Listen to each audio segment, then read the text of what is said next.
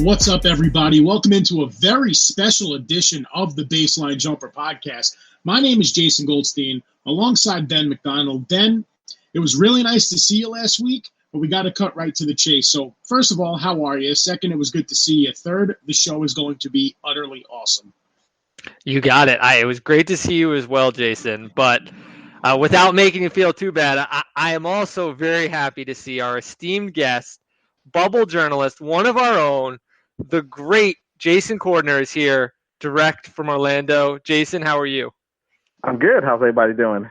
We're good, man. We're just so thrilled to have you on. We've been trying to do this for a while, as you've been with Double G and now in the zone for years and years, along with the two of us. So it's nice to see that we're all collaborating and getting some content out there for NBA lovers everywhere. But first, we got to ask, man, how are you doing? How are you feeling? It's been pretty crazy the last few months, and you're down in Orlando covering the NBA. So just tell us how your overall health is, and hopefully, you and all your loved ones are doing well. Well, thanks for asking that. Thanks for asking that question. I feel great. Health-wise, I obeyed pretty much all the rules early on. I self-isolated. I didn't really go anywhere for the first couple of months. But once, NBA action started, once they started talking about, hey, we might be doing this Orlando bubble thing, I had my doubts at first. But then once I thought about it, and I've been down to Orlando before, down to Disney World and the ESPN Wide World of Sports complex, I was like, that makes more sense than to go to Vegas or anything like that. So I was on board once they had finalized everything. Wasn't initially on board with 22 teams going, but that's a whole nother conversation. But other than that, I feel great. I'm glad sports is back. I've been watching MLS soccer. That's something I rarely do before. But, between that, baseball coming back, I'm looking forward to baseball being back. But the NBA, I'm really here for this summer camp AEU vibe, the regular season coming back, and then we're going to go right into the playoffs. And I'm looking forward to it. I think it's going to be great. Everybody, I'll say this one thing about the players down here. 90% of the players look like in tremendous shape. We keep hearing about the quarantine 15. I would say none of the major stars out here have it. They definitely didn't do the quarantine 15. That's really interesting. I mean, were there any teams in particular that you noticed getting down there that seemed like they were in great shape? I mean, we always hear about heat culture, hashtag heat culture, all that. Were there any teams that you noticed that you really felt like some of the teams and coaching staff seemed really well prepared for this? I'm glad you asked that question because a lot of people have been saying, the Rockets looked great with James Harden dropping like 20 to 25 pounds, or even Portland with Melo looking, the slim Melo, they're saying he looks great.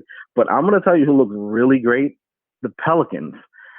I don't know if it was social media or what, but Zion did not put on no pounds, and he actually looks real shredded. So I guess he was not here for all the beignet jokes and all the pull boys down in New Orleans. He wasn't having any of that. But condition-wise, the whole team looks great. And they look like they're ready to make a run at that 8th seed. So you're saying that he didn't get into the shrimp and grits. I know J.R. Smith was very excited about shrimp and grits on the room service menu, but it sounds like Zion steered clear. So, I mean, when you're going down there, I mean, I think there's been a lot going on. But, I mean, are there any things that you noticed sort of like right off the bat? What was your feel for kind of how everyone was reacting? Because we've heard about the food and the activities. I mean, what sort of stuff have you noticed down there in the bubble since you've started interacting with guys? What I've noticed, the first thing I've noticed is how well everyone's behaving. Like, no one's really out here like, we notice a snitch hotline. No one's trying to be on that hotline per se. But everybody's pretty much well kept. And like I would say this, the younger players are taking this all in. They're videotaping everything. They have the camcorders out. Their phones are out. They're vlogging everything. The older players are like, this is my shot at a championship, because it's an unorthodox kind of situation where like no one has home court. We're here to play a tournament style more so than anything else. So a lot of the players, a lot of the older players are taking this very seriously. As a little LeBron, you feel how great shape LeBron's in. And between me and you guys, I'm 90% sure LeBron was running Laker practice at his crib back in LA. Nobody knew about it, but it was like definitely kept in the dark because he looks great. The team looks great. And again, I'll definitely say the younger players are taking this all in. The older players are like, hey, this is my best shot at the championship. No Warriors. No one really has home court. Hey, there's no favorites other than the top three, but I don't even think it's wide open. Like, can you imagine if Portland gets the 8th seed? That will be one of the most intriguing 1-8 ever, because it's not really a 1-8. It's more like a 2-3, because Portland's at full strength. The Lakers are trying to, they're trying to figure out their backcourt situation. LeBron's a little older in the tooth. I'm looking forward to that more so than anything. Yeah, I'm pretty high on the Pelicans. I mean, depending on if and when Zion gets back there, but you hit the nail on the head, Jason, with the Trailblazers getting back Nurkic and Collins, Slim Mello, Skinny Mello. He's got all these nicknames. I think he gets a new nickname every summer. It's funny you mentioned LeBron running practice in LA, because Ben and I have been saying during quarantine that, a lot of these players did not have access to hoops. You have some of them that live in the suburbs that have full courts in their yards, but then you have the other ones that live in luxury high rises that they did not shoot a basketball for close to 3 months. And you would have to think that really, kills their rhythm in a way that, they've been working hard over the last few weeks since they've reconvened with their respective teams to kind of get their shots back up and running. Absolutely, because you would think of, let's say, the Super Bowl. It's so funny because I'm thinking about teams or markets like New York or Chicago, where they've dealt with the COVID heavy early. But, as the Knicks are not going to be there and a lot of the Nets players have hurt, could you imagine, if you lived in one of these condos or high-rises in the city, which, for one thing, they don't have really backyard playgrounds, let alone courts to play in the city, especially New York City, they locked down the playgrounds early in this COVID. So you can imagine some of these other cities like Houston or Oklahoma or Utah, or, you never know, how are these guys unless they have hoop in their own house, and not many of them, to the young guys, are even having a state like that. So that's definitely something. You're absolutely right about that. So I got to ask you real quick, because I know we're kind of going in all these different directions, and this is such a fun conversation to be a part of. But before I forget, what was your process? Can you describe your process of getting down to Orlando, into the bubble, how the quarantine process was for you, and then whether or not you were with, other media members? Because I read a piece by Marcus Spears, and he was able to get in before any of the players, and he kind of detailed what it was like for him. I was very fascinated by that article on Yahoo. So now, Jason, while we're giving you the platform here, I want to know how your process was getting down into the bubble. Well, it wasn't that hard. Once I got the okay, because I covered the last 2 All-Star weekends for the Source magazine, and I already built a rapport with most of the guys in the NBA office. Once they send me, the criteria, what I could bring, what I can't bring, who I could bring, and things like that. And once I got down to Orlando, I checked in. They gave me the initial swab, and I'll just tell you, if you guys haven't done one of those COVID testings, it is no joke. So my heart goes out to the players who have to do it daily. The media, we don't have to do it daily, but we definitely have to do it every other few days. But with that being said, once I got in, it was smooth sailing. They definitely isolated us away from the players. The players are all staying at different Disney resorts. I'm off in downtown Disney, so I'm not too far from everything. So everything is a quick hop in a shuttle. So I'll be on the grounds in no time. And other than that, it's been really different. It's definitely something that I'm documenting, and I'm gonna remember this going forward. Especially, God forbid, if we have to do this again when the next season starts.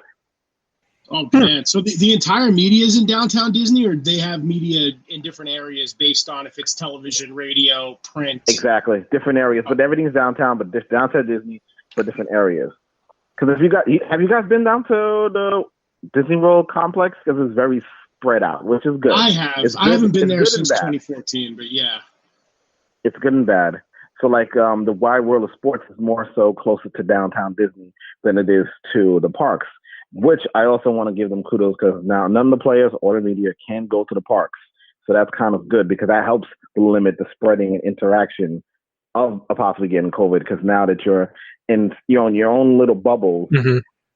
So then, the worst case is that, if one outbreak happens, it will be contained. It'll be self-contained. So that's kind of good how they have it going. But, not one player that's returned to the bubble has tested positive. That's great.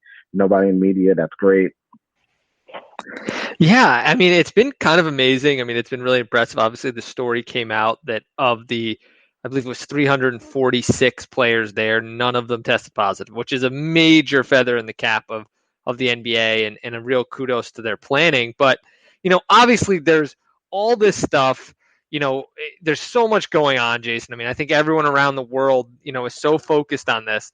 I think one of the things that's kind of an interesting juxtaposition is putting this in Disney, where obviously it's this place of like where dreams come true and all of this. So in the effort of having a little bit of levity here, a little bit of fun, what have you noticed as far as the off the court stuff? Because obviously we're going to talk a lot about on the court, but before we get to that, I'm just curious. We've seen all these videos, and we're going to get to a couple questions because Jason and I talked about some things last week. But what have you seen as the fun activities? And we've heard so much about the food, the fun activities. I mean, what stuff like that have you heard about from the players? Definitely the fun activity is more so stuff happening in the hotel in terms of like playing Xbox or PlayStation or just shooting the breeze and playing pool or, just running up and down the halls like a bunch of kids. That's pretty much what's going on right now. A lot of the players are acting like little kids and they're enjoying themselves because usually when you're in your season, you're just, focusing on the season. But, we're in Disney, so everyone's kind of like letting it hang a little bit and being fun and jolly.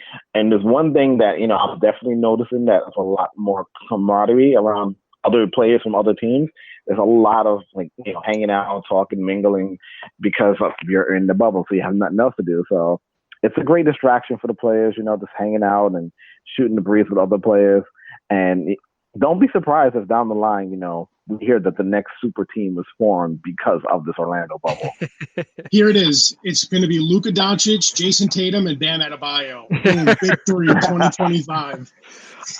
I mean, I don't know if you've been catching some of these videos too, because one of the things that's been fun for us, I think, for those of us who are outside the bubble, is getting to see all these like viral videos of these guys. The Mavericks are playing spike ball before practice, and the Clippers are having like fishing competitions. It looks like to see who can catch the biggest fish and the most fish, and you've got Paul George and Reggie Jackson, kind of competing there, and then you've got these guys doing cornhole, or apparently I've been told that some people, Myers Leonard in particular, call it bags instead of cornhole, which I did not know is a thing. So apparently there's something regional there. I mean, has the media been able, as a media member, have you been able to get involved in any of this? Have you been able to see them kind of doing any of this, or are you really kind of separate? I know there was some interaction at the beginning, I heard, and towards the restaurants or something like that. Yeah, definitely beginning with the restaurants. That's when most of the interactions happen. But like now, as the players are getting ready, especially for scrimmaging, they've limited our access to them. But I've definitely seen some stuff in passing. I've seen some guys, playing cards and things like that, but nothing, in terms of fishing. I didn't even know you could do fishing out here. That's also pretty amazing that they allow them to do that. Yeah, they're catching some huge ones too. I think it was Norman Powell or someone on the Raptors that caught like the biggest fish we've seen so far on the Bubble Life Twitter account.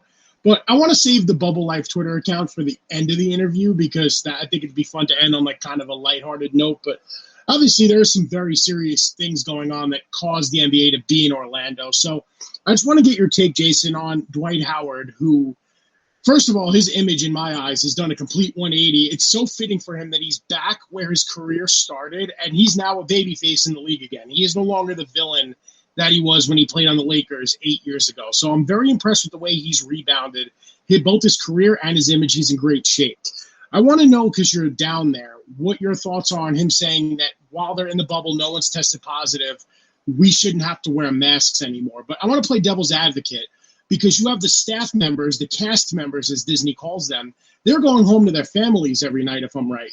I think, if I'm not mistaken. So what's your take on it? I mean, do you think Dwight Howard's right, or do you think that they're better off exercising caution and still mandating the masks? I definitely think, Dwight's in the wrong here. You definitely better off executing caution and wearing the mask as possible. Just because you're in the bubble, like you said, the cast members, they're going home. Or, we notice a snitch hotline. Who's to say, other players are not sneaking out the bubble to get food from like outside of the Disney resort? Because I can tell you, the food for Disney, it's overrated, but it's free. But if you're willing to spend money to get some, gourmet, or hell, if you want to spend money to get some Popeyes, you might take a